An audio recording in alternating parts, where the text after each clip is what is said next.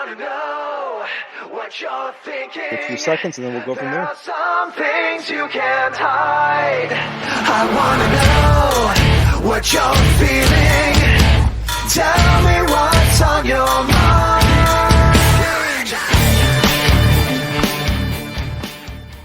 Hey everyone, welcome to another episode of Front Row Negative, the podcast. We are back for the final section of our brackets and the end of the Halloween season, which for most goth people is death because Hot Topic no longer has sales. So, I'm your host, Aaron, and I am joined by... I'm your Huckleberry, a.k.a. Christopher, a.k.a. Count Dracula. Now that I'm older and my McDonald's arches are starting to kind of come in a little clearer, I have this Eddie Munster thing that happens. What are you talking about? You got the Vegeta hairline. I do, man. I mean, is that a good thing, or? You are. It is if you're Prince of all Saiyans. I'll take it. You'll take it? My nephew's a big weeb, so that gives me some street cred. It does. And speaking of street cred, our guest tonight has street cred from the mean. He's got street cred from the mean streets of any fast food restaurant that's around him. He has his own podcast, Bernapitite. He is one of the main hosts on Three Beers and a Mic, not including Rami. And he dabbles. He crosses the stream here and there. He Johnny Applesees himself everywhere. And I'm talking about Bernie. How you doing, sir? Hello. Wing Street cred is what I have. Wing Bernie, Street cred? Did Aaron say you drop your seed everywhere? I think that's what he said. That's I true. think that's what I said. What kind of podcast is this? Well, he's got like 5 kids. Good one. So, I mean... Well, I mean, he's not dropping it everywhere. It sounds like, I mean... 4 kids. 4 kids. 4 kids. Damn. One Very that controlled. doesn't own it all. Takes no ownership of. No, he bought the baby straight up cash. So I got 4 kids and a burden. Yep. 4 kids. 4 kids and Wing Street cred. How's it going? Thanks for having me back. Yeah, man. Welcome back. Yeah, welcome back. It's always fun having you on. It's definitely fun to have Thank you you, on. sir. Chris, if you get hair extensions to spike up the sides, you could look like old school Quicksilver. Just Good. with brown hair. He's got that big thing right in the middle, doesn't he? Yeah, He could. I mean, I could always do if I was any kind of talented with music or anything, I could always get a sort of Misfits cover band. Misfits cover There you band? go. Jerry only. You can call me Chris only. Chris I'll be the only? only motherfucker in the band. Nobody will want to join me. Chris only fans? Yeah, I was going to say Chris only fans. It's only Yams, sir. That's a different website. Nobody's paying me yet. Nobody wants to see my old hairy ass. Only cans. Only cans? Yeah. Where Hey, you just around do the can dancing. Hey, No, around just be things. me going around getting Denton can specials at Kroger's and HEB.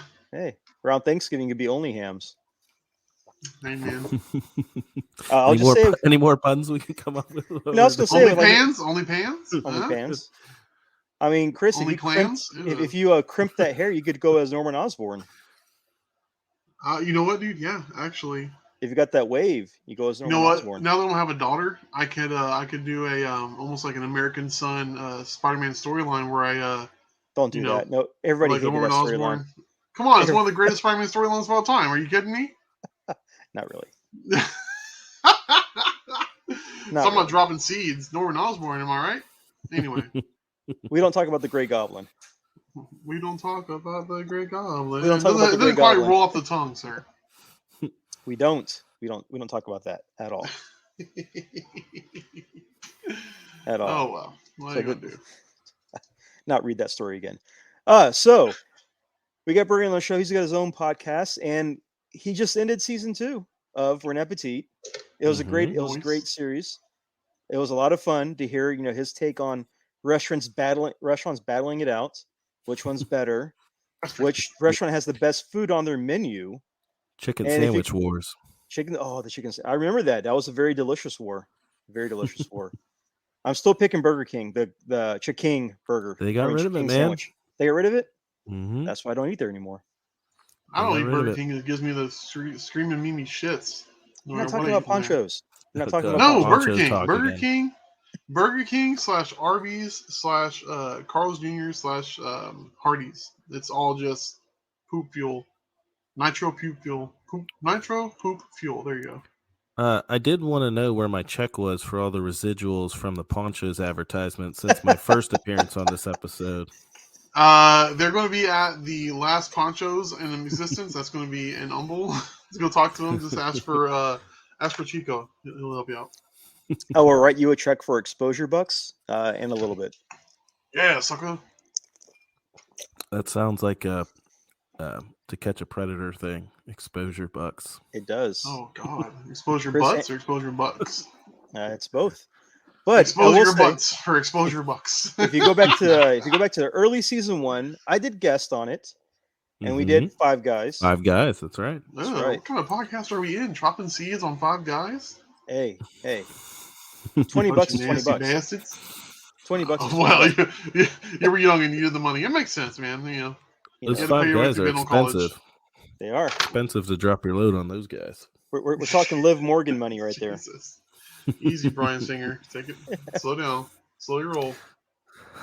Yeah, we are. We finished season 2, and we're going to start up season 3 here soon. Unfortunately, I can't give any spoilers as to where we're going. It's all big I'm surprises. assuming restaurants. That's correct. We are going to restaurants. So, boom! I just ruined I just blew your whole thing there, buddy. Can you give any spoilers or hints on guests or anything instead? Guess so far, Rami's brother will be a guest. Oh, the good brother. Yeah, Kevin, the good brother. The Good Brothers. I don't know. We haven't really decided. I think Clint from the Dorksmen is going to be on one, our sister podcast on Cross the Streams Media. Mm-hmm. And then we had Manny from Cross the Streams Media, deep dive into a dive bar. Okay. So we'll be doing a lot of crossing the streams, I think, this season. Oh, that's pretty cool. That is pretty cool. A lot of restaurants that you wouldn't expect people to pick whenever you say, "Hey, pick a restaurant, a fast food / chain restaurant." So, do you have a checklist of what you've already hit and you can't go back to, or? Well, I will give this. This will be a front row negative exclusives. All right. Okay. Oh, okay. We are going to revisit a restaurant because we are paying homage to the death of a famous seasonal fast food item that is on its farewell tour. Oh, I think I know what it is. Oh, I think I know what it is too. Can I take a guess? You have one guess. The Frito burrito. I'm so sorry. That's it. That's the only guess allowed. I'm so sorry. I'm no, sorry. the McRib. The McRib. We're going to do McDonald's again. Who cares? It's fucking McDonald's. Can I say, oops? Can I say the F word on here? Yeah, no, hey, go ahead. It's fucking McDonald's. We're gonna do the McRib. Dwayne, my co-host and other co-host of 3 Beers and a Mic, the pod father of Cross the Streams Media. He's never had a McRib. Wait, seriously? Before in his life. That's what he says. Odd. I don't care what third world that meat comes from. It's delicious. I always have one at least once when it comes back. Exactly. It's not even meat. It's probably made out of it's what is it? Soy ingredients, people. It's fine. I'm so surprised that he's never had one. I mean, everybody experiments in college. I mean, he should have had one of those before. Especially with Five Guys. Especially with Five Guys and a chili dog. Whoa. Is that before or after? You'll have to have him on and ask him what he experimented with in college. I will have to. He's tapped on the list on a future. I think he was more of a Panda Express man. Are we still talking about food? I want to answer that, and I can't. I shouldn't. So I'm just going to leave that alone. I'm going to leave that alone. So, me. All right. Well, but before we start off any further, I have to give this one shout out to our dear friend Rami, because I know he's probably going to listen and probably hate us for saying this. But Rami, that Moon Knight figure for Marvel Legends arrived in the mail. It is so awesome. It is super detailed. It is the best thing. And when you finally ever get yours, if you ever get yours, you will enjoy it as well. And to give you some backstory, Chris, because you're looking kind of confused, Yes. So me, Bernie, and Rami are in a chat. Okay. This is kind of our Moon You Knight. cheating on me, Aaron? It's You called the son of a Moon Knight bitch. Players Club. Oh, Okay. Oh, okay. That's So fine. basically, it's for two super fans and a casual fan about Moon Knight, Fucking poser. Who's the poser? Fake fan. the fake fan. Is that you or Rami? Rami. Come on now, that'll be Rami. Come on now, we all know it's him. So I'm wearing my Moon basically, Knight shirt. yeah, he's got the Moon Knight shirt on. See, he stays strapped. All right. Bernie stays strapped in the streets, the wing Fair streets. Yeah, the Wing Street. The wing streets. So- These mean so wing ba- streets. So basically, we have this group chat, and every time something Moon Knight pops up, I always share in that group. Hey, here's what's happening. Here's what's popping off. Here's the link for the figures. Here's a link for the new pops. Here's a link for some new shirts that are coming out. All that stuff. I'm sharing all the time. It's true. And recently, I got my shipping notification for my Moon Knight. I shared to see if anybody else got theirs as well. And would you have it? Old man George McFly hates that. Why? Because I'm getting mine before his. I Don't think I understand that. suspect why he hates that, because I think Rami has all the money for all the collectibles, and being that he probably was the first of three people to order it, and didn't get his, might, But you know what, Chris? stick in his craw a little bit. But you know what, Chris? Money can't buy a true fan. I mean, It's he buys true. a lot of things. It He does doesn't buy a lot even of things. read. He doesn't not even read the fandom. books. Doesn't even read the What? books. Fake fan. Does he know who Bushmaster is? Probably. It depends on what kind of movies and what kind of new Moon Knight you've been watching, because Bushmaster can mean a lot of things, sir. It can be. Hey, Yeah. just don't go to the hub and type that in. But still, Oh God, the hub. I got my Marvel Legends figure in. It is amazing. Bernie, you'll get yours soon too. So congrats on It's that. in the mail. It's in the mail. Rami, go to hell. So I just wanted to Oh, announce damn. that. So Jesus. and be sure to listen to 3 Beers on a Mic, the next episode. Right? They hear them. They hear Man, Dwayne. we got and real up Bernie. in here. Yeah, listen to Dwayne Listen to Dwayne and Bernie and Adam. and Adam. So that's it. I think Rami would cut you with one of his Prince Adam swords. You probably would if you could hold it up with one hand. Damn.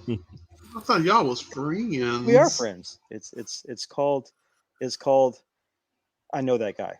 You left him no balls to bust, Aaron. It's all good. It's all good. Friendly banter. It's just friendly. Hey, we've said worse on Xbox Live. Oh, much well, much yeah. worse. That is true. You don't know what battle cap position means, and No, it sounds kinky. Tell me more. It is. it is. Yeah. It is. But So when That's you a- cower like a big green cat, you're like, oh God, not there. Wow. you remember that scene in CB4 where the girl like manhandles Chris Rock's character? Oh my God. Are Kinda you like that, serious? but All right. just pretty much. Good, googly moogly. Yeah, that's how you roll in the streets. But still, Jesus. exactly. But still, we're here to talk movies and to finish out this bracket. But before we do, because this is the Halloween season, not the holiday season, the Halloween season. It's both. I love this time of year. From right now, when the spooky season up through whenever Christmas happens, it is my favorite time of year. It's the most wonderful time of the year, if you will. Okay, so right now I'm in my happy place. You know what I mean? Okay, good. Okay. So, because of the Halloween season, and everything's happening, everything spooky's happening around, let's talk about some of our favorite movies to watch during this season before we jump into our brackets. So, All right. what are some of your movies? Let's pick 5 that you would recommend to people to watch. Now, Your go-tos. yeah, like what are your go-tos? It could Yeah. be the Lost Treasures. It could be your classic, popular ones that everybody seems to go to, or search out. What are ones that you just enjoy to watch from the spooky season? So, Bernie, do you have a few of them, or Our I have- distinguished guest. What do you got, buddy? I wrote 5 down okay, you got real 5. quick. All right, Um, Speedness. some of these aren't necessarily like Halloween movies, but Okay. they're kind of spooky. One of them's kind of more of like a in between. It's more of a Christmas movie, to be honest. But Gremlins.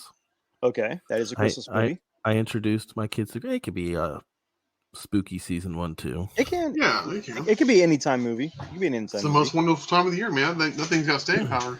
Yeah. I love that movie. I introduced my kids to that movie. They love that movie. Gremlins 2 is also on my list because that movie is just insane. I love that movie. It's the best. My kids don't like Gremlins 2. I just don't think they get it. Oh, that one's what? fun. That one's much fun. I know. That's Let what me I tell you thought. something, brother. I was like, if they think 1's really funny, they're gonna love 2. And then they were just like bored with 2. I'm like, well, I don't think they get it yet. They're like, get a where's the little older. really sad fireplace death story about the father? Because They they're just- not my in kids. this movie. They just like Gizmo when he yells like bright light, bright light. I Oh, think that's fair like funny. enough. Well, I got Candyman, the newer Candyman. I really like the newer Candyman. that was a good I one. have got to watch that. That was a good one. I thought I was blown away with how that movie was when I saw it in theaters. Attack of the Killer Donuts. I don't know if you guys have ever seen that movie. What? I have not seen it, but I do have a friend that he watches a lot of like evil thing movies, like Evil Couch, Evil Spa, stuff like that. Yeah, I've seen And he Evil has Couch mentioned as that. well. I've seen Evil Couch as well. That one's bad. That one's not good. Attack of the Killer God. Donuts is pretty funny. Okay. And the lead actress in it is on The Flash now. Really? What? Yeah, I forget her name, Kayla something. She came in the last couple seasons. I don't know who she Okay. plays on The Flash because I stopped watching it, but I know she is on The Flash. So if Same you want Okay. as- if you want to see her starring role, check out Attack of the Killer Donuts. She was young and then- needed the money. Any of the Tremors movies will be my number 5. Ah, Any okay. of them, including Any of them. I don't care. They're including all Arctic Hell. They're all great. I have. You don't see any diminishing returns with those movies? Well, they're fun.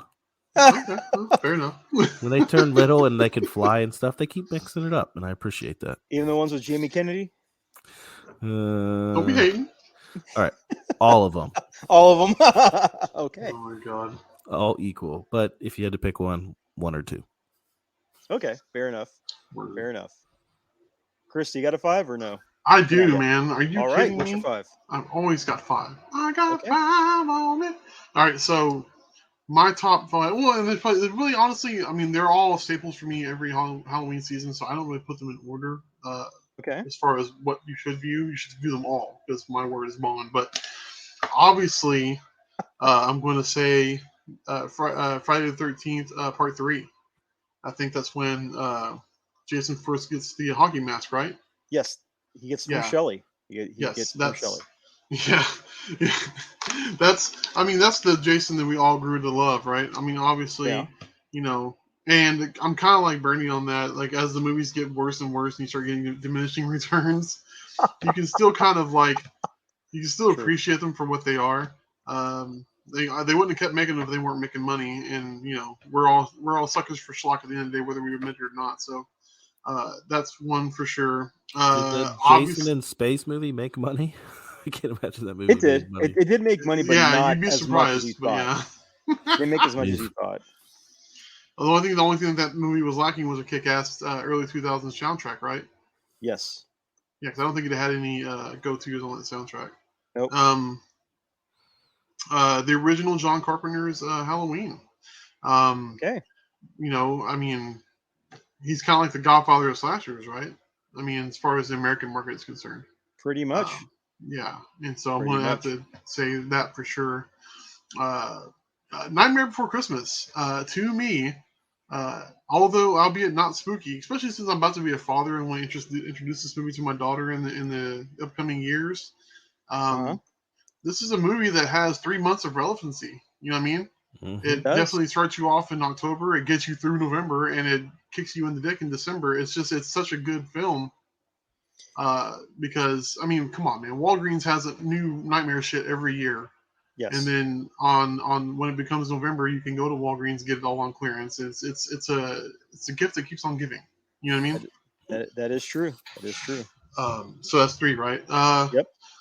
Trick or Treat, man. The Michael Dougherty, which I think internet rumors are saying we're going to be looking at a second movie at some point in the near future, hopefully. Well, to be fair, there's been a sequel in the works for like 12 years now. It's been out there for about 12 years. It's just Yeah, but just when like do the you say Cloverfield when? sequel, huh? When do you say when? When do you finally put the money up? Even if you're Netflix, Okay. Amazon, Hulu, anything, it can be funded through a streaming service. In 2012, Michael Dougherty Uh-huh. was doing a Q&A at the Alamo Draft House. Okay. He paid somebody to dress up as Sam with a scroll that said sequel with a question mark on Oh stage. my god. That was in 2012. Man. 10 years later, still nothing. I'm still holding out hope, dude. It's going to have to happen. You know, keep hope alive. I do. I always do. Now, we'll say I got one more left, and Yes. this is going to be a recent addition for me because it just literally went on my must watch list Okay. moving forward. I kept seeing it and not really clicking on it because I wasn't too sure. Okay. Now, I want to preface that by saying I listen to a lot of podcasts as well. Okay. And I don't know if we can go plug another podcast that aren't across the streams, but Aaron Mahnke, the lore guy. Yeah. He's got this thing. Well, I mean, wait, hold on. What are we laughing at here? I don't know. Bernie was shaking his I'm head. shaking my head that you're not allowed to plug anything that's not across the streams. Oh no, isn't that a damn shame? Colt 45. Exactly. No, but he has a multitude of podcasts. One of them which includes a 13-day countdown of a podcast every day called 13 Days of Halloween, and it's like a radio drama, like an old school, get your family around the radio and listen to a radio drama like that. Yeah. And this one that he did this year, one of the main actors, with the big name actor in it was God, he was in Pet Sematary, the cop. Clarence Thomas or Thompson? Nope. Oh. The old man. He did the voice of Wolf or Sabretooth. Clarence Thomas. The Supreme Court judge Clarence Thomas. Oh wait, the guy. He's the voice of Clancy Brown. Clancy Brown. Yeah. Clancy Brown was the main voice in that radio drama. He's the voice of Mr. Krabs. Is he really? Yeah, Clarence Brown is the voice of Mr. Krabs on SpongeBob. Clancy Brown is the voice of Mr. Krabs. Yep. SpongeBob. Blew my fucking mind. There's a SpongeBob commercial where it has all the voice actors like being themselves at an actual Krusty Krab, and to see him being Mr. Krab is pretty crazy. What the fuck, dude? Okay, that's cool. Yeah. I didn't know that. Now I just became an instant Mr. Krabs fan. I'm always like Clancy Brown. But anyway, Clancy Brown, a couple years ago, was in this film. It was on, I think, on Shudder, called Mortuary. Mortuary Stories? Something like that. Yeah, it was like a little compilation type thing, kind of like Trick or Treat a little bit. Anthology. Yeah, it was like an anthology movie. Yes. And it really captured my imagination. The little stories that it led into that were bylines to the main story were really good. And, it was a little schlocky, as you expect these things to be. I don't want to give too much without ruining the movie, but the mortuary logs or mortuary something or another, it's on Shudder. So if you're listening to this and you're interested, go check that out if you have Shudder, because it's really good, enjoyable. It gave me that kind of vibe, I got you. But he's like one of the main dudes in that show too. He's like super creepy. He's got his voice is deep and spooky and blah blah blah blah. So it works out. Yeah. Yeah. What about you, Aaron? For 5, that I'm always going to recommend this one for Halloween, and that's Behind the Mask: The Rise of Leslie Vernon. They should give you some sort of rights champion in this movie, dude. So good. And I'm not saying it's bad. Yeah, it's a great movie. I just they need to give you royalties for as much as you push this film. They should. They should. I want to star in a role where I get killed in the sequel if it ever happens. Dude, yes. I want to get killed in the sequel. Hey, I want to be in it too. I'll be the fat funny friend. I don't give a shit. So basically, Leslie Vernon is a mockumentary behind the kind of like behind the rock music, behind the music type of documentary thing, where these camera crew people are following around a guy who's preparing to become a serial killer or a slasher killer. And this is a universe where Michael Myers, Jason Voorhees, Freddy Krueger, they all exist in real life. Mm-hmm. And in fact, he travels to Haddonfield and gets into an argument with Kane Hodder as he's raking his front yard at the old Myers house. That's so dope. It's just a lot of fun. It's just a lot of fun. Yeah. Most of the people in there are kind of nobodies except for Robert Englund. Kane Hodder makes a cameo.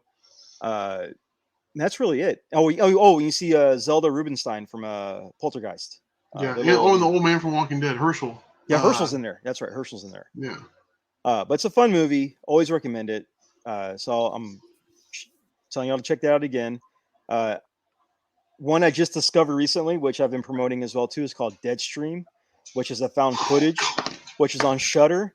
It is so stupid and so funny that I have to recommend it. Holy crap, dude. Side note, I tried watching that movie. I couldn't get through it. But the only reason is because I watch enough YouTube that dude reminded me of too many douchey YouTube guys. And that's the point. That's the point. Oh, it just didn't do me any favors. So basically, it's the combination of like Logan Paul meets Mr. Beast. Basically, this guy gets kicked off of streaming and off of YouTube, and he's trying to make a comeback by filming himself spending a night in a haunted house. Yeah. And insanity ensues. So definitely go check it out. It's on Shudder. It's a Shudder exclusive. Go check it out. I found it hilarious. Wife also hated it too. She thought the guy was a doofus, but his screams make it worth watching. Oh, God. Yeah. You know what? Give it one view, and if you're like Aaron, you can get through the whole thing. You have my complete and total respect. Another one, found footage. Some of these are pretty good. Grave Encounters, very underrated. Oh yeah. Basically, think of like the TAPS crew, the Ghost Hunters crew, go to a haunted castle or penitentiary, and they're spending the night there to try to find some stuff for their TV show, and things go awry.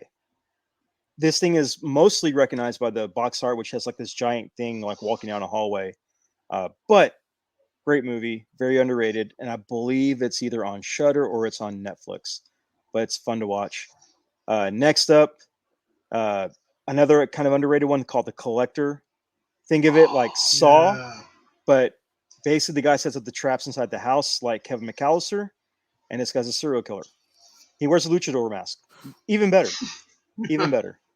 How do you save on costumes? Get a Rey Mysterio mask and spray paint it black. And that's how you got this guy. A lot of fun. Surprised the hell out of me. The sequel's pretty good. Third movie was canceled like 7 days into filming. They like shut it down. So you're on that cliffhanger in part 2, which you don't know what happens. But the first movie is so good. It's just a lot of fun. And then finally, got to have a movie to share with the family. And why not bring out the ultimate classic Halloween film? No matter where you go, it's always entertaining. And I'm talking about Ernest Scared Stupid. You can't not love that movie during Halloween. Love it. I do love it. It's the fact that they used the killer clown costumes and just repainted them to be the trolls in this movie is even better. So industrious, very smart. Very smart. Hey, it's also makes me happy that's on your list. Yeah. It's also cost cutting. It's real. It's real on these in these wing streets. You know what I mean? Hey, when you got a coupon, you got to use it, and they definitely did with those. You got to tack on some wings for $6.99 to go with the rest of your order. You have to do it. That's what Halloween did too, right? And it spurred an icon. Halloween. Well, Chris, in your list, you did mention Halloween, and I did. Look at that segue. Unfortunately, Halloween ended this month, but was it a good end or was it a bad end? So, yeah, I mean, I'm sure we've all seen Halloween Ends by now. And if not, you've probably seen the gifts, you've probably seen the reviews, you've probably seen the hate. So, Bernie, as the guest, what did you think of Halloween Ends? I couldn't finish it. It was so bad. I kind of skimmed through it to get the general idea of it. And from what I can tell, it wasn't. It was, I guess, supposed to be like Michael Myers passing the torch on to that dude with the glasses that killed the kid at the beginning. Yeah, Corey. Yeah. But like, we're not here to see Corey. You know what I mean? Like, if this is like what you're trying to do to the franchise, like, who gives a shit about Corey? Like, what are you doing?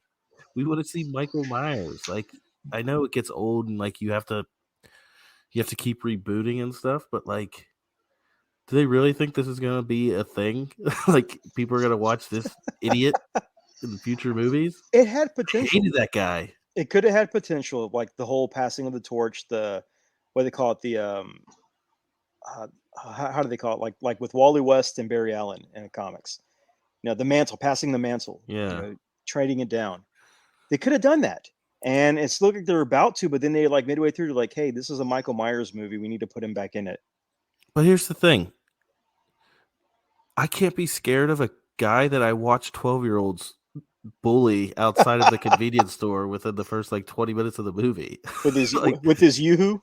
yeah, it's like this is the guy. Yeah, he like squeezes Yoo-hoo too hard and cut his hand. Like this is the guy that you're passing the mantle to. This little dweeb that the 12-year-olds are bullying. Like, seriously? Like, Michael Myers started off as an 8-year-old who killed his sister with a knife. And I'm not here. Look, okay. But then he drank his milk. Okay. I'm sorry, Brandon. Go ahead. I don't want to interrupt you. I just, No, I mean, I didn't finish the movie, so I don't know what the hell it's about. He can't finish his opinion. I saw him in a sewer. They were in a sewer for some reason. I didn't catch the context as to why they were in a sewer. I was just like, what the fuck is this movie? I can't watch it. To fill in the blanks there, those same 12-year-old kids who have Letterman jackets for band, they're not jocks, they're band that people, makes it worse. bullied him and pushed him off an overpass to where Michael Myers dragged him into the sewer. Okay. That's it. That there's nothing special behind it. That's it. And then what? Well, then Michael grabbed him by the throat.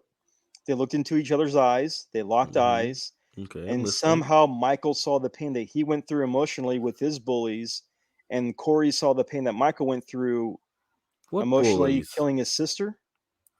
What bullies did Michael Myers have? He didn't. He just showed killing his sister. It was He's never seen that look in anyone's eyes that he's murdered throughout the 40 years of Halloween movies. This is the first time he's like feeling like sympathy towards a victim. Apparently so. That's ridiculous. Yeah. They didn't say it ends tonight once in this movie that I caught. So I was already upset. And good. Honestly, that's one of the worst things about Halloween Kills. Evil dies tonight? Yes. It was stupid. But no, well, and that movie was Evil Rides Tonight. Oh man. Okay, so at the risk of being lambasted and I'll be proven right eventually on this, okay? But okay. Halloween Ends, I think, when you're talking about the locking of the eyes with Michael and all these things and how the kid was a puss and all this stuff, if you have to take all the contextual stuff that started from the 2018 Halloween through now, the running thing in these movies is that evil is the force of nature. It's not Michael. Michael's not. Laurie wasn't his sister in this timeline. It wasn't like he had any vendetta. Evil just is because it is. It's like nature over nurture. Yeah, right? And so if you look at it that way, especially Halloween Kills really kind of lays down the gamut for that, where the town gets this mob mentality, and I don't think I'm sure you could probably extrapolate some sort of like political message out of it at the time, but the town of Haddonfield is just marred in like one form of evil or hatred in some form or another. Yes. Whether it be Michael or the people of the town. Because granted, yes, the mob mentality was that, fuck this shit, we're done with this, let's kill this motherfucker. But at the end of the day, that movement is marred and not necessarily evil, just it's a new form of evil. It's like, okay, we're gonna be what this dude is, but we're gonna be it in an army of it. Isn't that kind of what was happening around the town? Like there was other evil stuff. And Halloween Ends exactly after everything happened with Michael and he disappeared. He left a cloud of mistrust and tension and anger over the town, and so like people like the one lady blaming Laurie, saying Laurie made Michael happen. No, she didn't. She was just in the wrong place at the wrong fucking time, and her whole life got fucked up because of that. So here's a question then. For town, because that whole evilness exists in that town. Another movie did that as well, but did it better, and that's it. Chapter 2. Ghostbusters 2. It Chapter 2. Slime. The pink slime. But It Chapter 2 did the same thing. Whenever Pennywise returned, everybody started becoming evil in the town, more hateful, more homophobic, all those things, and the setup of the second movie. Sure. This one attempted to do that, but it didn't really explain enough of it. No, you're right. It didn't earn it. It left a lot to be decided on by the audience. Yes. What know. I think happened is, so if you watch Halloween 2018, it could be its own film. It could be its own thing. Sure. You watch Halloween Kills, it could be its own thing. But what both of those two movies did is that they set up something that didn't carry over into Halloween Ends. And that's Michael continuously looking at the towers, like these electrical towers. In both movies, he stops and he stares at these electrical towers. And in Halloween Ends, the director said that he had a completely different ending ready to go, but the studio ended up shooting it down and they never filmed it. So what would end up happening is that Michael starts staring at the towers again. He starts staring and looking at all those things again. And whenever they kill Michael, not by way of impaling him, like, crucifying him to the table and slitting his throat and feeding him into the grinder, the bone thing, crusher from fucking Nothing But Trouble. Yeah. Michael dies, Laurie dies, and then you see this machine factory, you see this warehouse start lighting up. Lights start turning on because they're dying. Light turns on, you see the sign outside of the factory, Silver Shamrock. Masks that are making the pumpkin, the skull, and the witch stop. The machine start up again, and Michael Myers masks start coming out of the machine. Everything's lining up, and that would have been the ending. Oh, I hate that. I don't know if that would have worked well either. Yeah, the rare instance where the studio was right. Not really. Well, but I think that would have sense. How does that even? That would have been made better sense with him being a robot than him being controlled by the mask. I don't know. They're both horrible. Yeah. Okay, now to follow that up though, we can easily say since this whole entire franchise has been rebooted, a hard reboot, 3 times now? This is 2 or 3 times? Oh man! Oh, as a reboot, or are you counting the old timeline too? Yeah, They've tried to take it a different direction. 3 different times now? No, you have the OG timeline, which is 1, 2, 4, and 5, and 6. Mm-hmm. Then you have the Resurrection timeline, which is 1, 2, H2O, and Resurrection. Then we have this one, 28 or original 2018, all that, and then Rob Zombie's its own thing. So that's 4 different timelines. Okay, that only proves the point that they have constantly written themselves into a corner with this franchise because they never knew what the end was going to be anyway. Because the Akkads, who own the rights to it, don't want Michael to die. That's the whole problem. Well, only one of the Akkads don't want Michael. The other one's dead already. So unfortunately, yeah, but still, he has the same problem his dad had. He doesn't want the cash cow to stop. Well, the problem is that Michael is human. He's always been personified as human. Yeah. Jason, undead hillbilly mutant, mongoloid. Freddy Krueger, nightmare demon. Right. Chrome Skull, enhanced person on drugs. All these people have different abilities or powers, or they're supernatural. Michael technically is the only one that is still specifically human. Right. And they write themselves into a hole by making him too powerful, and then when he gets killed off, well, how do we heal him again? How do we do this?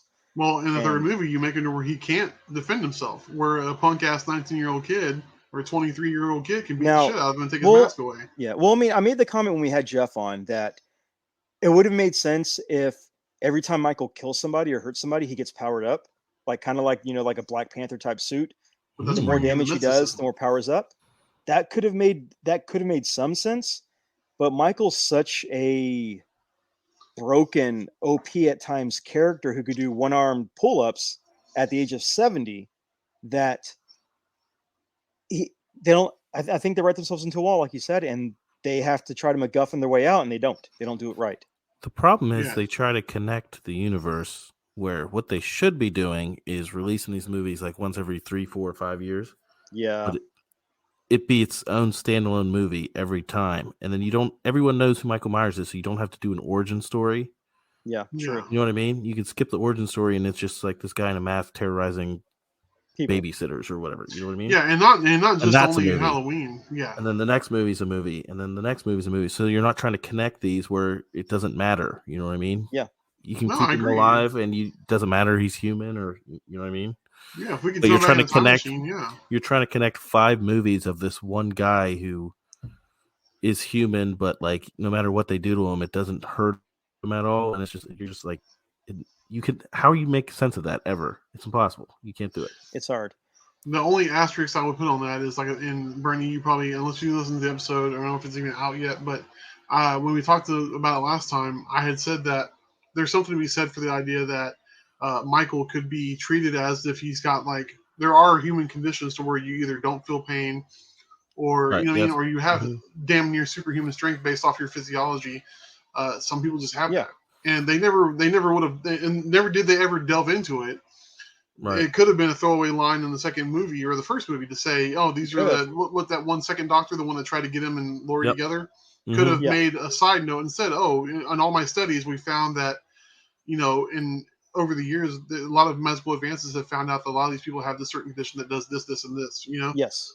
and that could have fixed all of that for us, but they never did that. Hindsight is 20/20. But or as a kid, he got into like a bike accident, hit his head because he wasn't wearing a helmet, and you know that's how he lost empathy or whatever. You know what I mean? Like you can do things like that. Pretty much have like a kick-ass type of accident where he loses something, like either ability to feel pain, something. Yeah, or the pain thing. Yeah, that could same thing. And if we could go back and tell John Carpenter, hey man, like all the serial killers that are happening, like they all come from abusive families and they're all fucked up. To be fair, he didn't come from an abusive family. To be fair, Carpenter, the original Halloween was supposed to be a one-off. He wanted to do holiday-themed horror movies because he got Black Christmas, he have Halloween. He wanted to do holiday-themed ones. It was a studio that made him do Halloween 2. Then when they did Halloween Season of the Witch, people got pissed off because Myers wasn't in it, and they brought him back for part 4. That's so true. If he had his original plan, Myers was just a one-off. But you know, this is during the craze of Freddy Krueger, the craze of Jason coming out, or not Jason, but Pamela Voorhees coming out, Phantasm. You had all these slashers and commercial characters that are going to be marketed. They needed Myers back. They needed him back. So, unfortunately, fans created this crazy movie series, and fans are also crapping on this crazy movie series that they wanted because they wanted him back. So. It's also a product of the in-game fiasco. It's a stab 22. You're describing every fan base about everything. Pretty much. Yeah. Everybody wants a fucking universe. Everything has to be tied together. It's like, all right, come on. Bring Marv back for Sin City, even though he died in the movie. Bring him back for part 2. Yeah. Why is Marv? We need new slashers. We need more Art the Clown. We need more Behind the Mask. We need new slashers. There's plenty of talented actors and writers and producers and stuff in Hollywood who could make new franchises that we don't have to keep fucking revitalizing and trying to bring back year in and year out. That is true. Art the Clown right now has literally, after the second movie, from what I hear, because I haven't seen it yet, has almost, in a lot of people's eyes, bought a spot on the greatest mountain. It did better than Scream 5. So people were comparing Art the Clown to, your Jasons and Freddys and shit like that. So yeah, it'll be interesting to see if like more comedians get into writing horror stuff, because I would think like getting a laugh and getting a scream are really pretty similar. You know what I mean? They take the same amount of effort. They take the in same structure. Amount of effort. You know what I mean? Like you have to build it up, pay it off. And one way you're paying off a laugh, the other way you're paying off a scream or a scare or whatever. So I bet it would be pretty easy if like you were a good sketch comedian, like a Jordan Peele or whatever, to start flipping into the horror side of it. That is true. And both of those things, laughing and screaming, are both chords that are visceral. You know what I mean? Like it hits you at the core. If it's really funny, you'll laugh your ass off. Or it scares the shit out of you, it scares the shit out of you. Yeah, exactly. Yeah, true. Well, you know what scares the shit out of me? This bracket system. It's time to jump into it now. Massive segues. Wow. I have to. I learned from listening to a lot of other podcasts as well. So for every midnight. So it's time to jump into it. I want to get this thing done because I got prizes to mail and numbers to count and all of the other great stuff that I signed up for. No ballot fraud. No ballot fraud. Nah. Yeah. 3,000 so let's do it. mules. So we are jumping in tonight to the final brackets, the children's bracket for children's movies, or pretty much family movies, whatever you want to call it. It's for the children. It is for the children with popsicles in the basement. Oh, So- God, easy. Chris Hansen. So let's start this off. All right. So first up, we have 1993's Hocus Pocus versus 1991's Ernest Scared Stupid. Oh, Bernie, man. you're the guest. What's your pick first? This is a classic 1v16 matchup here. But in my world, I'm all about the upsets, baby. Ernest Scared Stupid, and it's not even close.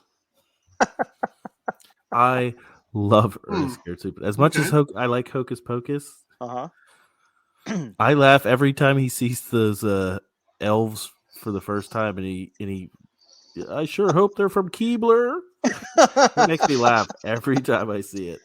Or how he what was it, Three Stooges, like pokes him in the eyes? Oh my God. I can't vote against Ernest. I can't vote against 90% of the Ernest movies. But Ernest Scared Stupid is the best out of all of them. So that's my vote. All right, Chris, what's your pick? Right, fair. Hocus or Ernest Scared Stupid? Well, I think I know the way this vote's going to go. I can see the writing on the wall here, and that's okay because my vote will be echoed in the annals of time with all the 17 listeners we have. I'm going to go Hocus Pocus because it has staying power. Plus, they market the fuck out of it. I don't see any Ernest Scared Stupid merchandise, but you see Hocus Pocus everywhere. So, Oh, that you got a point there. You do got a point. Also, hey, it's not even close if you're talking about that. No, you're absolutely right. Now I forget how long it's been since I've seen Ernest Goes to Camp. Me and That's you, one of the bad ones. you for me. I don't like that one. No matter how we So talk, wait, the so wait, thoughts- oh, it was good, man. So which one's worse? Out of these three, which one's worse? Ernest Goes to Camp, Ernest Goes to Africa, or Slam Dunk Ernest? I don't think I've ever seen Slam Dunk Ernest. Isn't there one where he goes to jail? Yes, Ernest Goes to Jail. Yes. That's the worst. That's my least favorite one. Okay. I can say that I think I disagree about Ernest Goes to Camp being awful. This whole list is going to be us looking through rose-colored glasses that should be watched when we were 10. So That's right. there's a grading curve here. 41-year-old means to go back and watch Ernest Goes to Camp again to see if you're right or wrong. So the jury's out, but Hocus Pocus for me. Go ahead, Aaron. Hocus Pocus. Well, I'm just wanting to I'm looking at you to make sure that you're not looking off camera, to make sure that your wife's not holding a rolling pin next to you for you to vote Hocus Pocus. Nope. I just have a wife who's 30 some odd weeks pregnant. She's in bed, and I know better. So I'm just voting ahead of time. I knew He's shaking his head for those who can't see him. He's shaking his head, yes. I'm going to have a yes or no on my screen with my little point in my hair so I can go, yes, no. Well, I'm not gonna lie. I do enjoy both these movies a lot, but the one I watch more than the others annually is Ernest Scared Stupid. So I'm gonna have to pick Ernest because, hey, it's no shade at Hocus Pocus. It's still a fun movie. I like the sequel. So Gwen liked the sequel too. She thought it was fun. But the slapstick comedy in Ernest, that gets me. That gets me. And damn it, the Scioli brothers are the unsung heroes of 90s kids horror films. You know, Chris, I admire your ability to not quit on trying to go with that. You never knew when to quit. I don't know how to quit you, Aaron. That's from the movie when he's like scratching the chalkboard. Oh, yeah. Well, that's God damn it. Okay, next one up.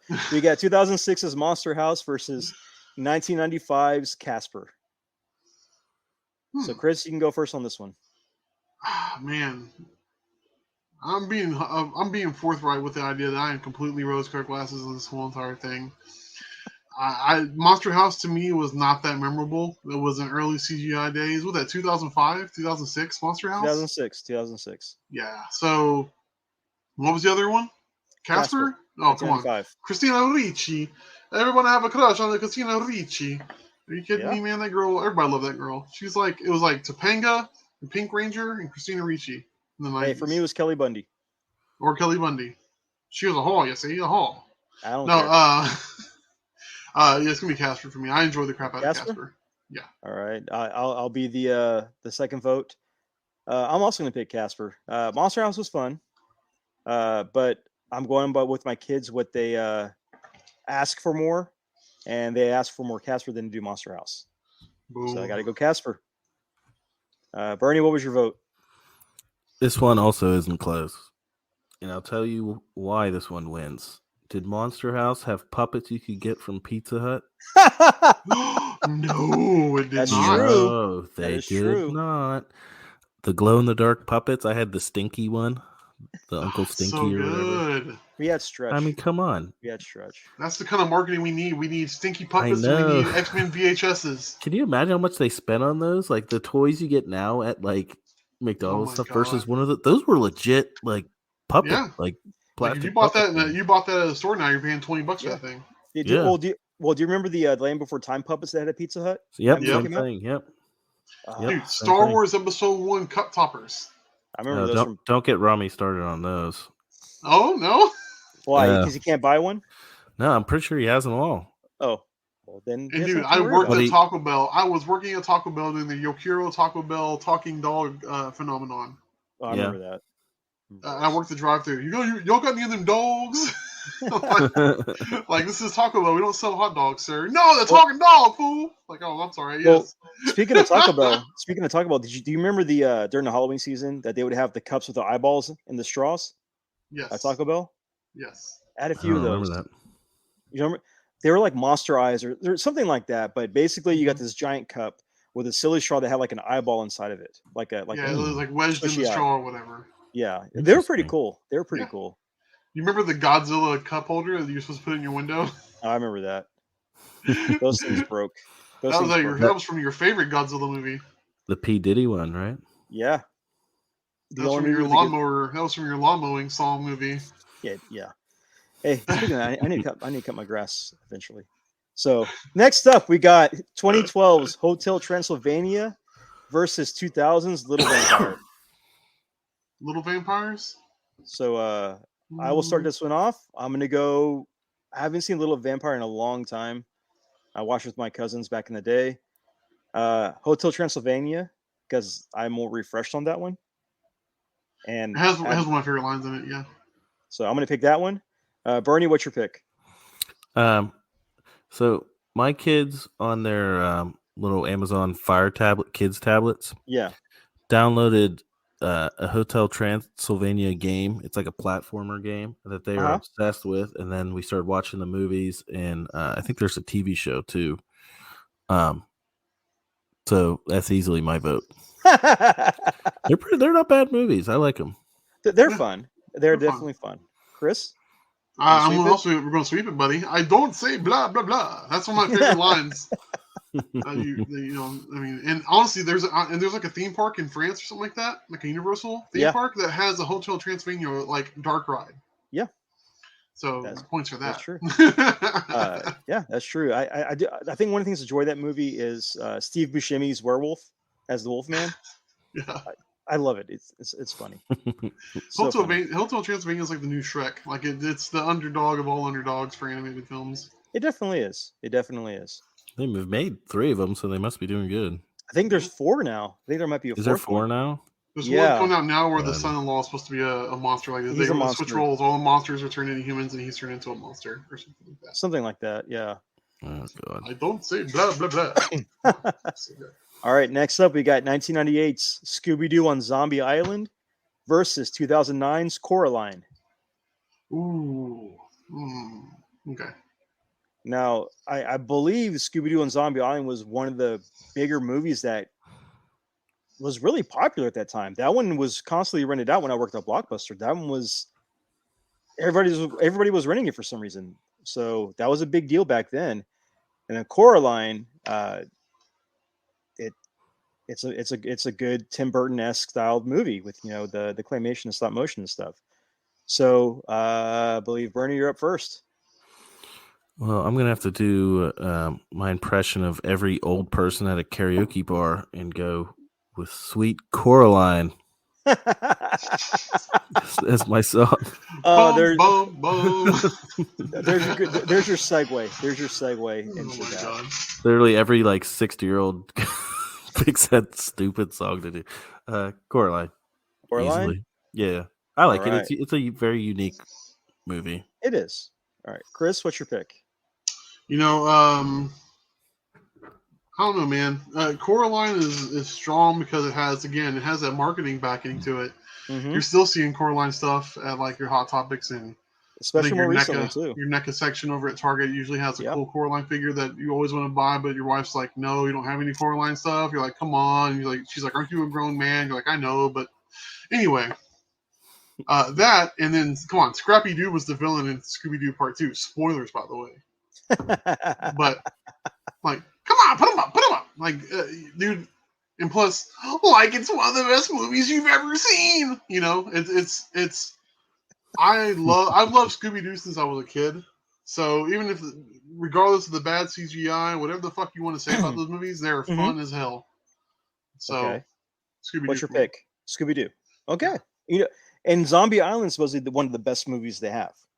Mm-hmm. So that's why it just that's why it was put on the list. That's why it's put Come on, Scoob, let's vote for like the best movie ever made. Ooh, but I'm gonna pick Coraline. The visuals in that movie. Son of a bitch. The visuals in the movie. I'm sorry, Chris. God, the visuals in the movie. I'm a visual. I am. But on you're assigned to behold, you sexy beast, you. But not on this podcast because we're audio only. Oh so, my God. Sorry, man. But next up, sorry. I have a feeling this battle is going to be, I feel like this next battle is going to be a sweep. We have 1998's Halloween Town versus 1993's The Nightmare Before Christmas. So I'm going to start this off. I mean, do I really need to explain Nightmare Before Christmas? I was about to say, if you throw this Halloween Town at me, you better have some bullet points, bro. Because no, I have none. I can't help you on this. There's nothing I can say about Halloween Town that will even give Nightmare a run for its money. Nothing I can say will ever do that. But Nightmare is, to me, the better one. Burger King watches. Who had one? Who had a Burger King Nightmare Before Christmas watch when they came out? I had two of them. They're awesome. So that's my Burger pick. King. Yeah. That's my pick. Nightmare. Bernie, what's your pick? This is Halloween. Exactly. See? Halloween. There you go. Easily. That's all you need. Oh my God, my kids love that movie. Mine too. It's great. I watch it all the time. Chris, point me in the direction of the Halloween Town cover album with a bunch of hard rock covers on it, and I will Korn and bite my Marilyn tongue. Manson? Yeah. Until then, it's Nightmare Before Christmas. Hey, it's a sweep. It's definitely a sweep. What's this? There's white shirt everywhere. What's exactly. This? There's white shirt in my hair. Yeah, come on. Next up, we got 2012's Frankenweenie versus 2015's Goosebumps. Now, this Frankenweenie is the claymation one that came out in 2012, not the live action one that came out in the early 2000s. It's because there's two different versions, a live action and a claymation. This is the claymation one. And then it's up against Goosebumps, the Jack Black as R.L. Stine movie. So, Chris, you're up first. What's your pick? Definitely not going to be Goosebumps, buddy. I tried watching it. It tried to be too meta, and I couldn't get into it. Yeah, it did. So, yeah. Well, I mean, it's a movie about like anthology books. But each of those books needs the TV series covered all that, and it did it so well given the time frame. Almost, you know what I mean? True. Yeah, almost. So even though they did them out of order. Well, beggars can't be choosers, I guess, right? They should be. How you gonna do Night of the Living Dummy 2 before Night of the Living Dummy? I agree. Put the sequel first. I agree. That is a problem. How you put the sequel first? That doesn't make any sense. What about you, Aaron? My pick? Yeah. You know what? I will pick Goosebumps for the effect because Jack Black played a hilarious R.L. Stine. But R.L. Stine is supposed to be an old curmudgeon-y bastard. Yeah, and he was at the very end of the movie. He was the principal at the very end. Oh, that's right. Okay. So All right, yeah, Bernie. that goofy looking guy with the cysts on his face, that was R.L. Stein. Oof. I am not a Jack Black fan at all. All This right, is- so Frankenweenie. This is easy. Frankenweenie. I hated Goosebumps. I really You did. hated? Yeah, I hated it. I couldn't get into it, man. I had to watch it in 2 sittings. 'Cause I was just like, all right, Wow, 2 sittings. Hey, fair enough. At least you watched it. it's no Nacho Libre, so Sure. Okay. it's no Pick of Destiny. Put it that way. Oh yeah, that's true. So next up, we have 2001's Monsters Inc. versus 1993's The Halloween Tree. I'll start this one off. I mean, Monsters Inc. I've seen The Halloween Tree several times. It's okay. It's okay. It's like a version. It's like a was a Miracle on 34th Street. No, what's that? What's the Christmas movie where the angel gets his wings? It's a Wonderful shit. Life It's like a Halloween version of Yeah. It's a Wonderful Life, with the suicide. pretty much. Jesus. Well, like, a little boy does stupid stuff. Spoilers. It's going to have the For those parental who are advisory falling warning behind. across. It's going to have the advisory warning before you watch it. Oh, jeez. But Halloween Tree, it tried to be something, but just I never got into it as much. Monsters Inc. I love the comedy. Roz is hilarious in that movie. So I'm just gonna pick Monsters Inc. So that's my pick. Chris, what's your pick? Mike Wazowski, did you file your paperwork? Yeah, it's I mean, hands down, Monsters Inc. And even though I mean, you can call it a Halloween movie. It's kind of an all year round, anytime you want to movie. But It is.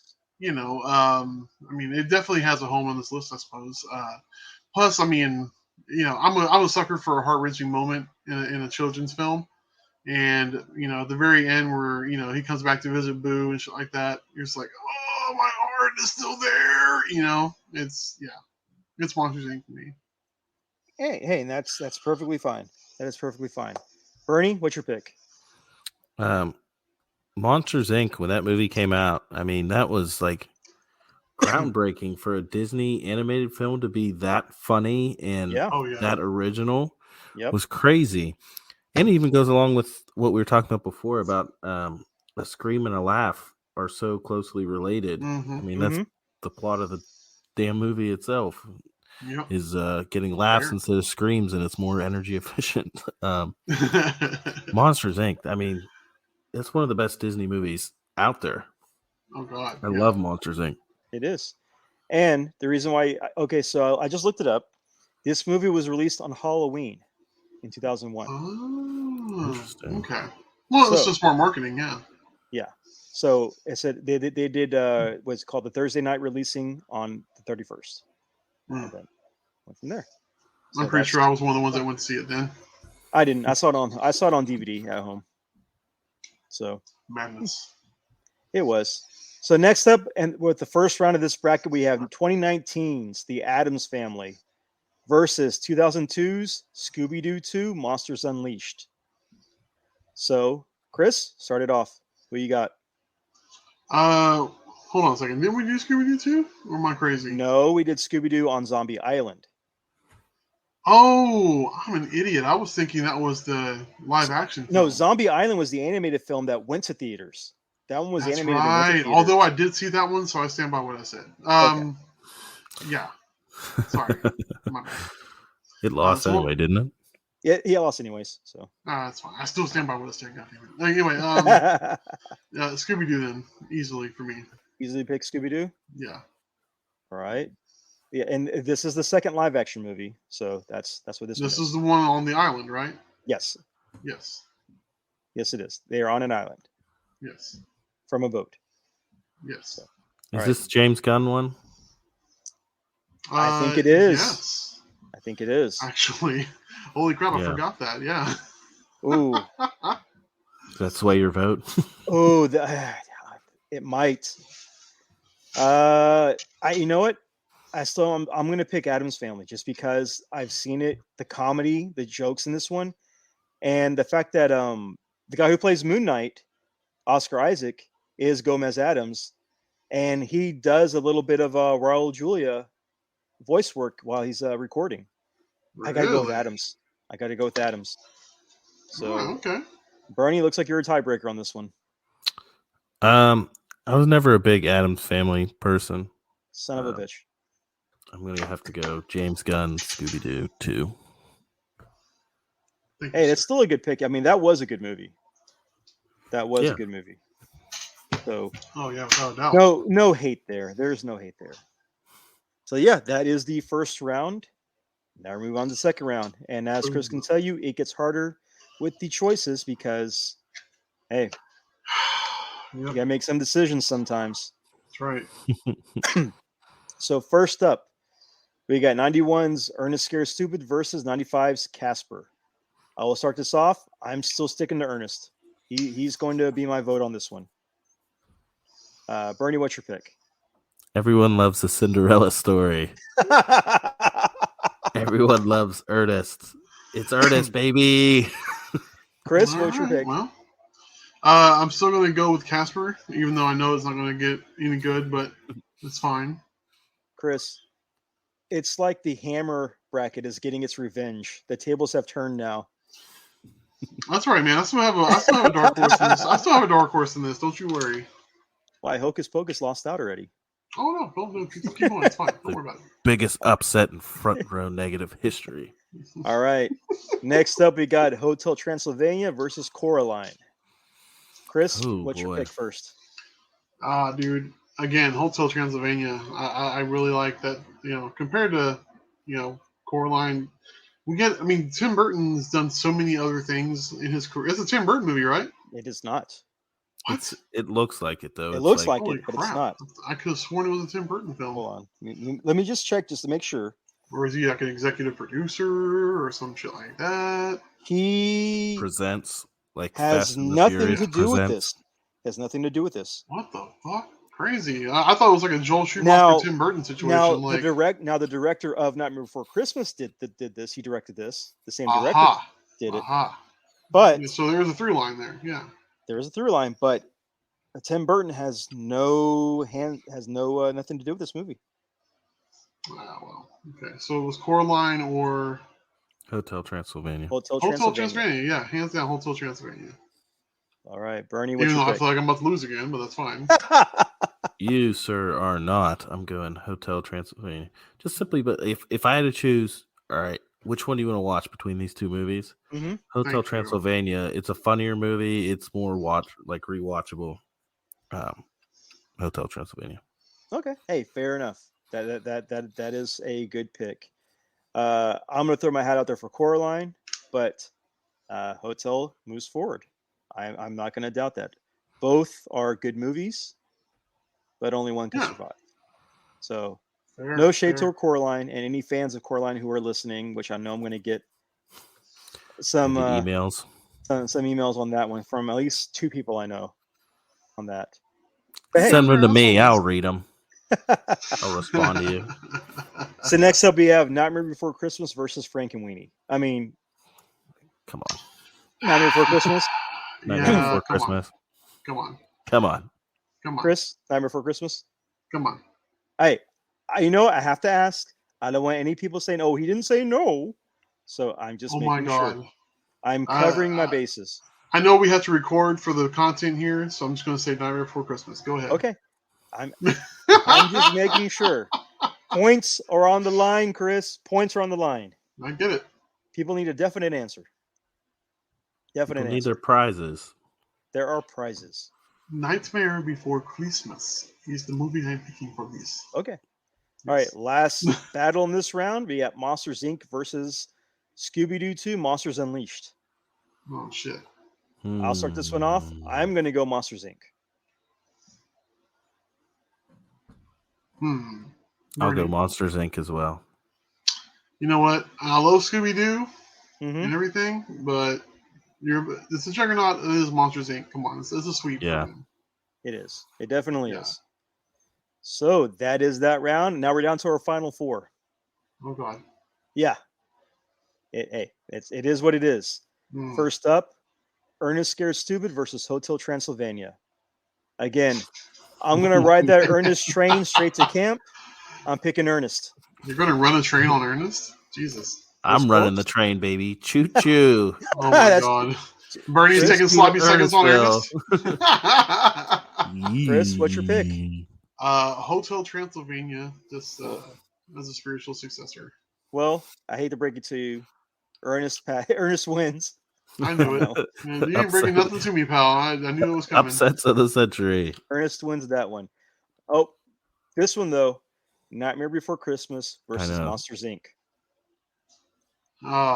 This is Okay, Chris, start us off on this one. I'll let you start this one off. Things, man. This is one of those moments. This is a fuck-headed moment. I hate this. Okay, so we're talking about horror movies for kids. No, we're talking your opinion, your popular vote. This is a popular vote. But these are Halloween type movies. Yes. Now granted, it did come out on Halloween. Monsters Inc. came out on Halloween or whatever, but one is succinctly more Halloween than the other. So I love Monsters Inc., man, but again, I see the writing on the wall. I'm not going to run. We're doing it for the content here. So Nightmare Before Christmas. You're picking Nightmare Before Christmas. Yeah. That's your pick. No-brainer. Yeah. So you hate Monsters Inc. I don't hate Monsters Inc. I'm just not dumb. It's okay. It's okay to hate Monsters Inc. It's okay. No, you're insane. So, Bernie, what's your pick? So, if I had to pick what movie I would rather watch between the two of them, I'd rather watch Monsters Inc. Mm-hmm. But in the context of what we're doing here, yeah, and it being what movie for the Halloween bracket, yes, I can't put Monsters Inc. over Nightmare Before Christmas in the Halloween bracket. Mm-hmm. I think people will call to have a welfare check done on you, make sure you're mentally stable. Yeah, it's Nightmare easily. Nightmare? Okay. My vote is for Monsters Inc. solely for the fact that there's a Pizza Planet truck in that movie. Solely for the fact, huh? Only. Ba-da-ba-ba-da-ba. But, hey, Nightmare Before Christmas goes on to the finals. And this is it. The last one. Ernest Scared Stupid versus Nightmare Before Christmas. Right, let me stop you right here. Okay? Let me draw this line in the sand. Okay. I still consider you my friend. Uh-huh. Regardless of what the outcome of this is. Okay? I won't hold it against you. But after we're done recording this, I'm going to watch this movie. And I'm going to live message you every time something stupid happens. Oh, that's not fair. Falls way short of the other. Just so you know. Okay? You don't even know what my vote is. Okay, you're right, I don't. But let's just say in a crazy world where I think I know where the fuck this train is headed.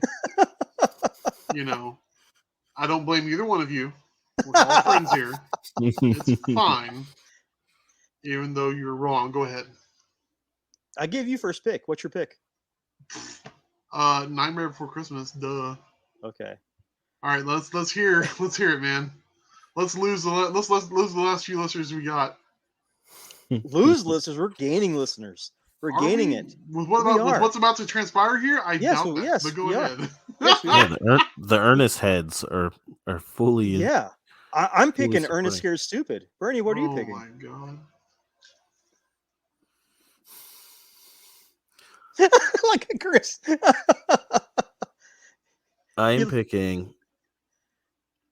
I'm going to ride the train some more and go with Nightmare Before Christmas. Hey!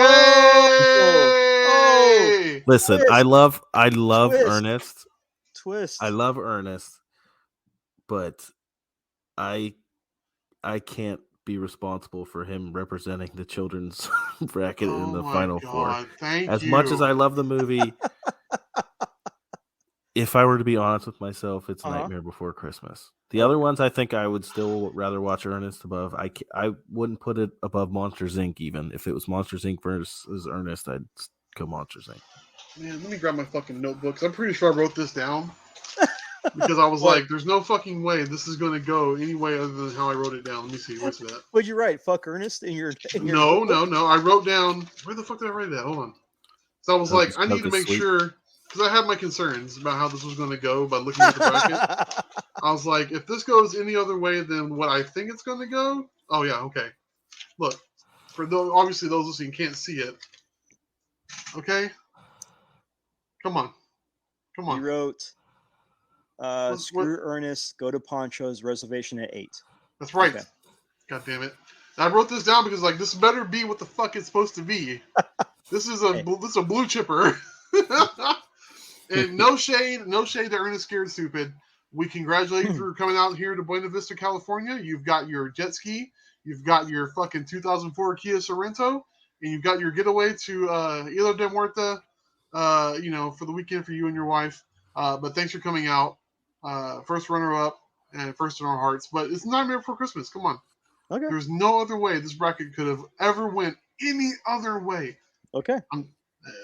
I wrote it down. I didn't write down the rest of them because the rest of them, there were arguments to be made for like, oh, this could be it, or this could be it based on your, the arguments made for it. But this one was technically, like, Nightmare enters the total Final Four, the overall Final Four, which we're about to jump into right now. Can I change my vote?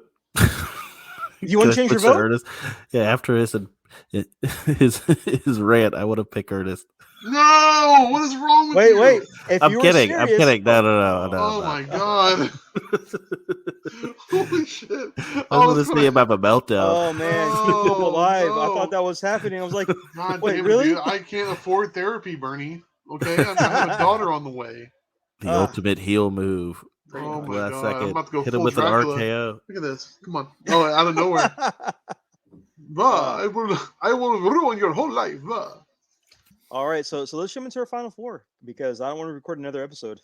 We're doing practice again, so let's just do that. This is a lot of power for me, by the It way. is. You've had people in the industry, people who've made horror movies, acted in horror movies. Yeah, I'm just a fucking idiot who eats Burger King, and I get to decide the Final Four. Yeah, you're part of the Final Four. The final. You're the burger hand of the king. If this is like Game of Thrones and shit. The right hand of the Burger King. Yeah, man. I like it. All right, so the Final Four, we have the Satanic Rites of Dracula, Tales from the Dark Side, the movie, The Nightmare Before Christmas, and Creepshow 2. Oh my god. So, first up, we have the Satanic Rites of Dracula versus Nightmare Before Christmas.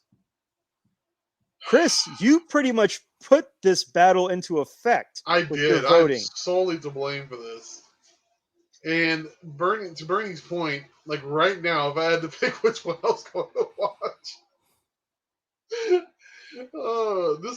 this will completely nullify everything I just said. You talk about a stressful moment and having stress during an episode. Yeah, go back and listen to that Hammer episode where you hear me losing my grip on reality as the Satanic Rites of Dracula makes it to the final. Go back and listen to that.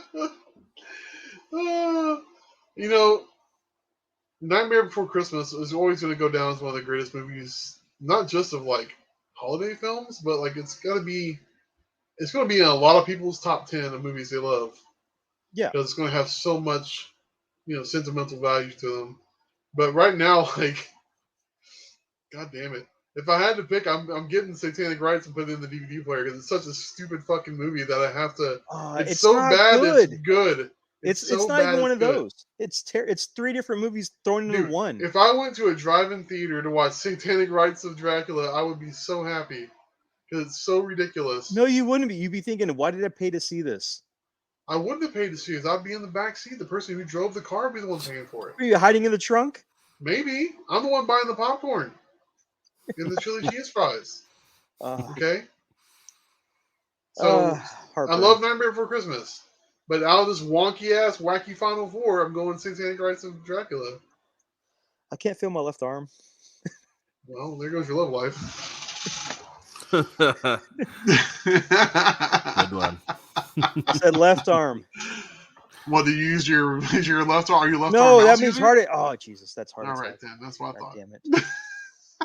Son of a bitch. All right. You're picking Satanic Rites.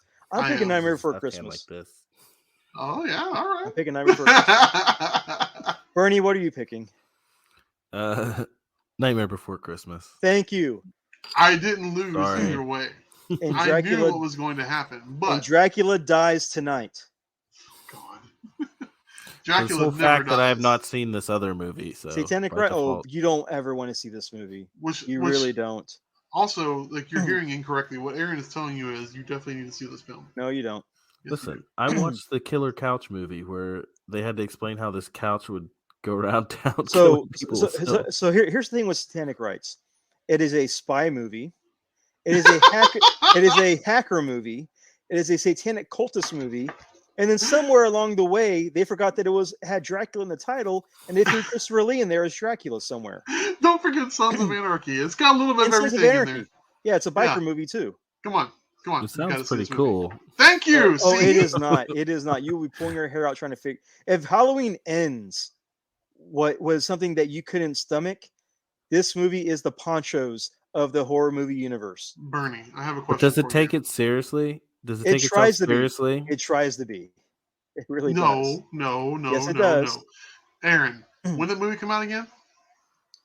I don't want to look this thing up 1960 again. what? 5? 4? It came out in 73. 73. Oh, okay. 73. Listen, it's like a white.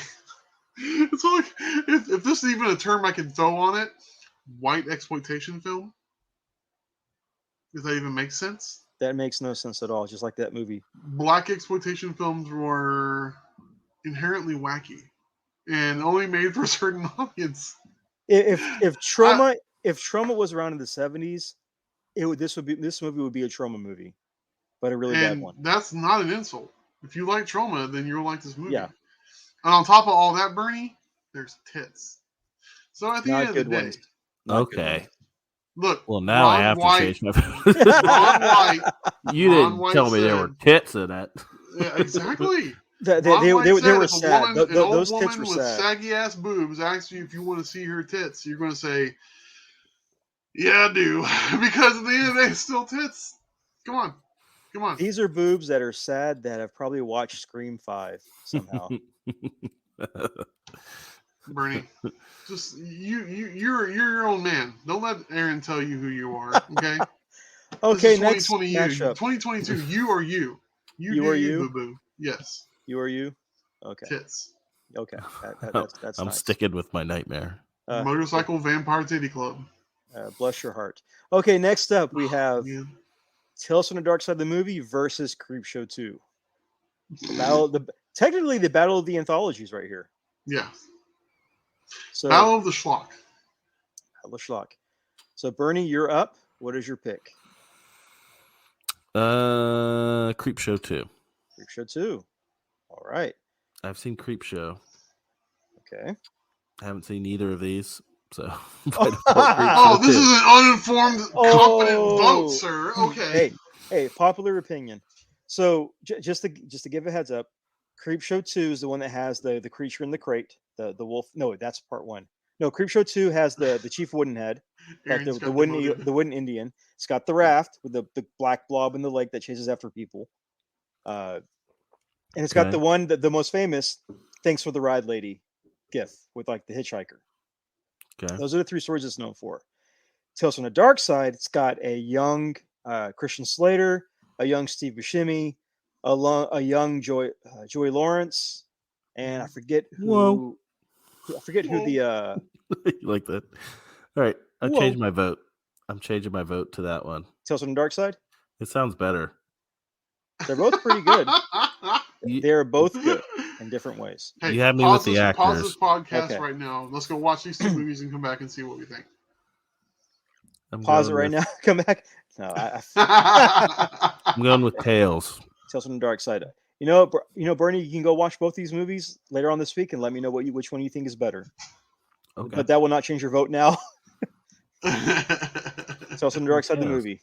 You had me at Joey Lawrence. Ooh, I am going to. Ooh, here's the thing. I love both these movies. I love anthology movies. I have watched Creepshow 2 a lot more than I've seen Tales from the Dark Side. But the thing is, I own the Criterion Creepshow 2, and I own the Arrow release of Tales from the Dark Side. That's how much I love these movies. Okay.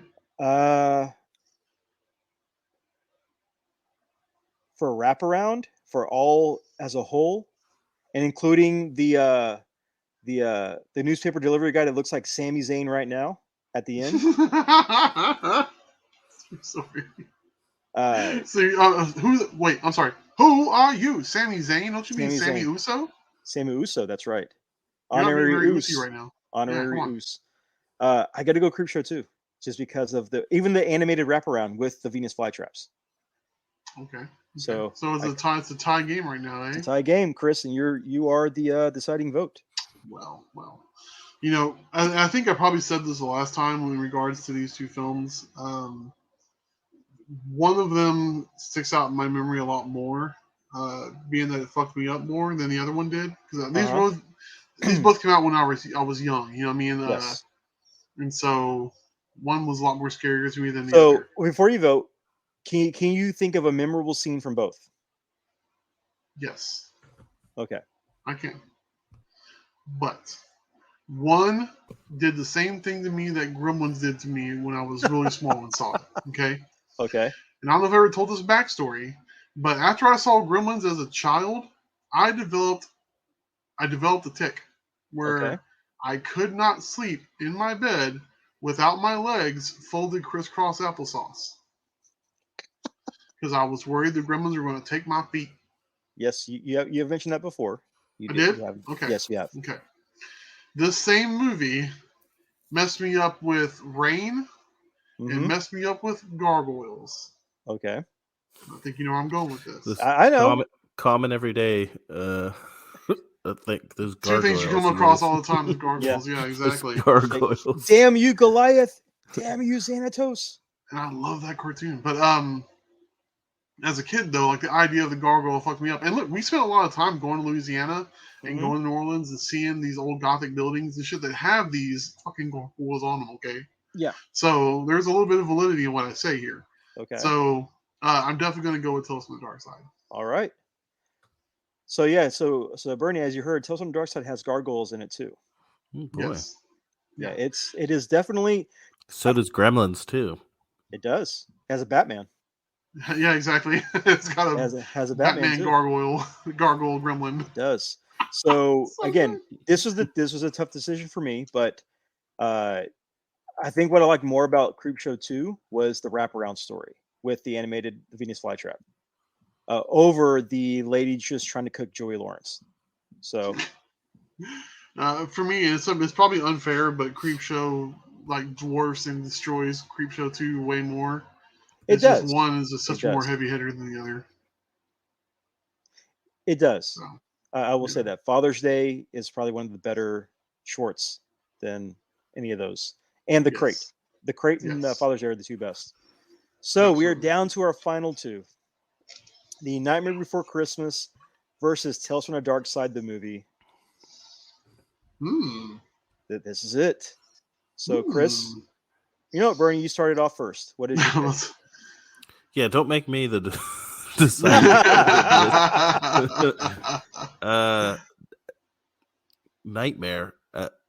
It wasn't on my list for my top 5 Halloween movies, but it's because I knew it was in the bracket and I didn't want to discuss.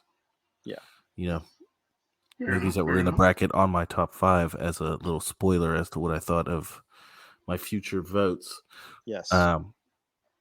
But I mean, like we said before, it's not just a Halloween movie; it's a holidays movie.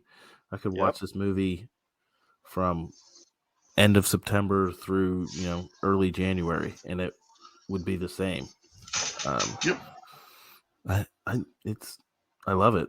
It's so good. I love everything about it. So, Nightmare Before Christmas is my obvious answer. Hey, and I haven't seen the other one. But if I did, I would still. Even if I did, I'd still pick Nightmare. Hey, that's perfectly fine. That is perfectly fine. For your pick. That's it. All right, Chris, what's your pick? This is so odd. I know. And out of all these films that we've talked about and all this shit we've gone through, for these movies to figure out which one is the top like scary movie of all time. You would think I'd go one way instead of the other, but like it's crazy, man. Like if I'm doing spooky season and I want to get spooked, oddly enough, I'm going to go with Tales from the Dark Side because Nightmare is such a heartwarming kids film. You know what I mean? At the end of the day, it's something to be said for one of the top kids films of all time as well. You know? Yeah. Such rose-colored glasses on that movie, but as far as spooky goes, out of the two, one's scarier than the other, so I'm gonna go with Tales from the Dark Side, the movie. That, and again, that is a good choice. I mean, I love Nightmare. I mean, these are all hard choices. I mean, we're picking our 2022 champ. I mean, last year, what was it? The Shining last year, I think. That's who won it. I think so. And we had people on who wanted to vote a certain way. We had people on, who wrote in who wanted to vote a certain way. We broke a lot of hearts with our picks last time. And I feel that this pick right now, my deciding pick, will break even more hearts when I say it, because you have people who love this one movie and people who love the other movie, and whoever wins will get points. But this is a points game. Word. So I love Nightmare Before Christmas. I have the watches. I buy all the merch. I do all of that. Tales from the Dark Side, I own all seasons on DVD. I had to search that out to find, because they don't make them readily available for the most part. You have to search them out. Best Buy, you can't just go to Best Buy and get it. You have to look for them. You have to go out and find them. You had to go to Fry's to get those back in the day, huh? Fry's, oldies.com, deepdiscount.com. You have to go to these websites to try to find those sets. Crazy. So one has a lot of merch. One does not have a lot of merch. With that being said, I'm going to vote for Tales from the Dark Side. I mean, it's an anthology movie. The special effects are amazing. The stories overall are fun, and I think once Bernie watches it, he'll see the beauty in that too. Yeah. Nothing against Nightmare Before Christmas. It's a great movie. We watch it at least 3 times a year over here at our house, mainly because Parker still loves Jack Skellington. Gwen loves the soundtrack, so we're always have that thing playing. But Tales from the Dark Side is just such a fun movie, and you see so many young people in that movie that you'll recognize, especially now. So that's our champion, Tales from the Dark Side. Now, question for you: if Ernest would have made the Final Four, Ernest would have won. Are you serious? Yeah. Oh, don't tell me that. That breaks my heart. I was voting Ernest all the way. Oh, no. Damn it. So Ernest would have won. Oh, man. What are you going to do? Hey, Ernest, always a bridesmaid, never a bride. Listen, if anyone filled out a bracket and sent it in that had Ernest as the overall champion, you should just give them every prize. Doesn't matter. I'll have to go for the rest of the podcast existence. They get whatever the prize is. You know what? I'll go through the entrance, and if somebody did pick Ernest Scared Stupid as the winner, I will get in touch with them and I will send them a shirt. There you go. You'll take them the ponchos. I will not destroy them and kill them and take them the ponchos. I will send them a shirt. I want to keep them alive for next year. Okay, wait, hold on. If you won't take them to ponchos, take them to Hart's Buffet. Come on. That's like trading in like dog poop for cat poop. There's no Bernie. There's no balance. Bernie, help this man. Is Hart's terrible? I've never been. What? The Burger Hands of the King has never been to Hart's Chicken? I've never heard of it. No. Holy cannoli. What is happening right now? All right. Yeah. Where's that at? Yeah, where's their Hearts locally? I thought they all I lived in Bel Air for about 4 or 5 years when I lived in Houston. Man, if that, I can think of like 3 different locations near me right now in Pasadena. Crazy. So I was never really out that direction. Oh, well. Fried chicken buffet. Come on. Fried chicken. It's comfort food. The buffet. You know what I mean? It's like right. Your grandmother made all this. You know what I mean? So, again, our winner this year for the My 2022. dead grandma made all that? Yeah, man, this is the spooky season. Yeah. Spooky. Cool. It's a haunted chicken buffet. God damn it, guys. I'm trying to end this segment. So No. our winner this year for the 2022 movie brackets is Tales from the Dark Side. I'd like to thank everybody who entered, sent in Yes, their thank bracket you. picks, sent in their choices, everybody who listened in to figure out who's going to win and to hopefully not curse us if their favorite did not win. Thank you for all entering. Bernie, thank you for being a part of this episode. Yes, it was thank a you. lot of fun to have you on voting No for problem. movies that Thanks you have for not having me. seen. So It's only 2 votes of 2 stuff votes. I haven't seen. But still, hope you had fun. 2 important votes, but 2 important votes, yes. Hey, you know Your what? vote matters. Get It out there and did. vote. Get out there and vote. So, where can people find you? Where can people find Bernapitite? Give them the details. you can find me at Bernapitite on Instagram. I believe, I think my Twitter isn't really related to the podcast stuff, but if you're interested in my tweets for some reason, I think it's just Bernie Lockhart on there. You can listen to me at crossthestreamsmedia.com, either at 3 Beers and a Mic. We also do a side show called 3 Beers and an MCU Extended Universe, name still pen name, where we go into heavy details of every single Marvel movie, pretty much beat by beat. We're all caught up through Thor 4, so Black Panther will be our next one when that comes out on Disney Plus. We wait till it comes out on Disney Plus to release the episode. All right. And then Bernapitite on there, season 3 coming out very soon. So check that out. Awesome. And again, thank you again for surviving this episode with all these votes. Surviving. Really appreciate it. I like having the power. Hey, it's better than a power glove.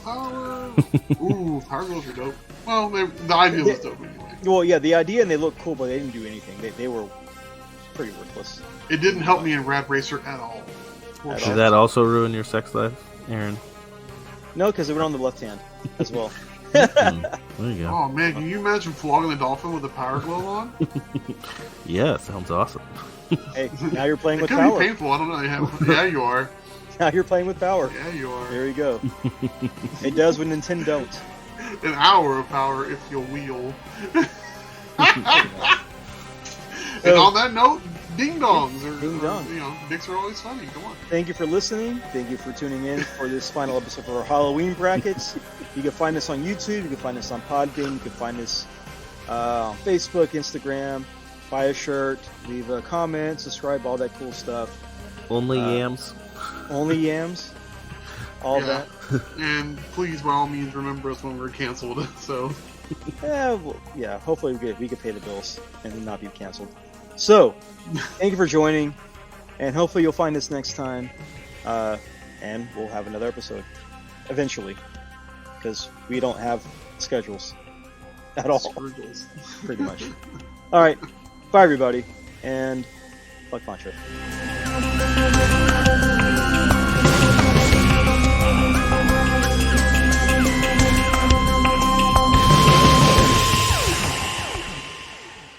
Hey everyone, Aaron here. Now before I announce the winner, I just want to take this opportunity to thank everybody who entered, sent in their brackets, gave us a follow, gave us a like, and have been supportive of the show. So with that being said, after counting everybody's brackets, adding everything up, going through, reviewing, doing all of that mess, our winner this year is Patrick. So Patrick, contact me or Chris, and we'll get your prize pack mailed out for you. Thank you again to everybody who entered, sent in their brackets, and just keep listening because you'll never know what we're going to have next. Thanks for listening. If you like what you heard, check out crossthestreamsmedia.com to hear more episodes of this podcast and the other shows on the Cross the Streams network. Don't forget to subscribe, rate, and review on Apple Podcasts or wherever you download your favorite shows. Visit crossthestreamsmedia.com for more information. See you next time.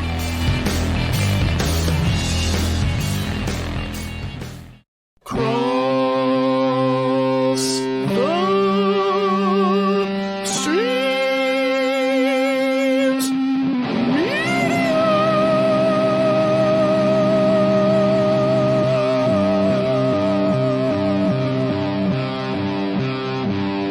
This has been a Cross the Streams Media Podcast.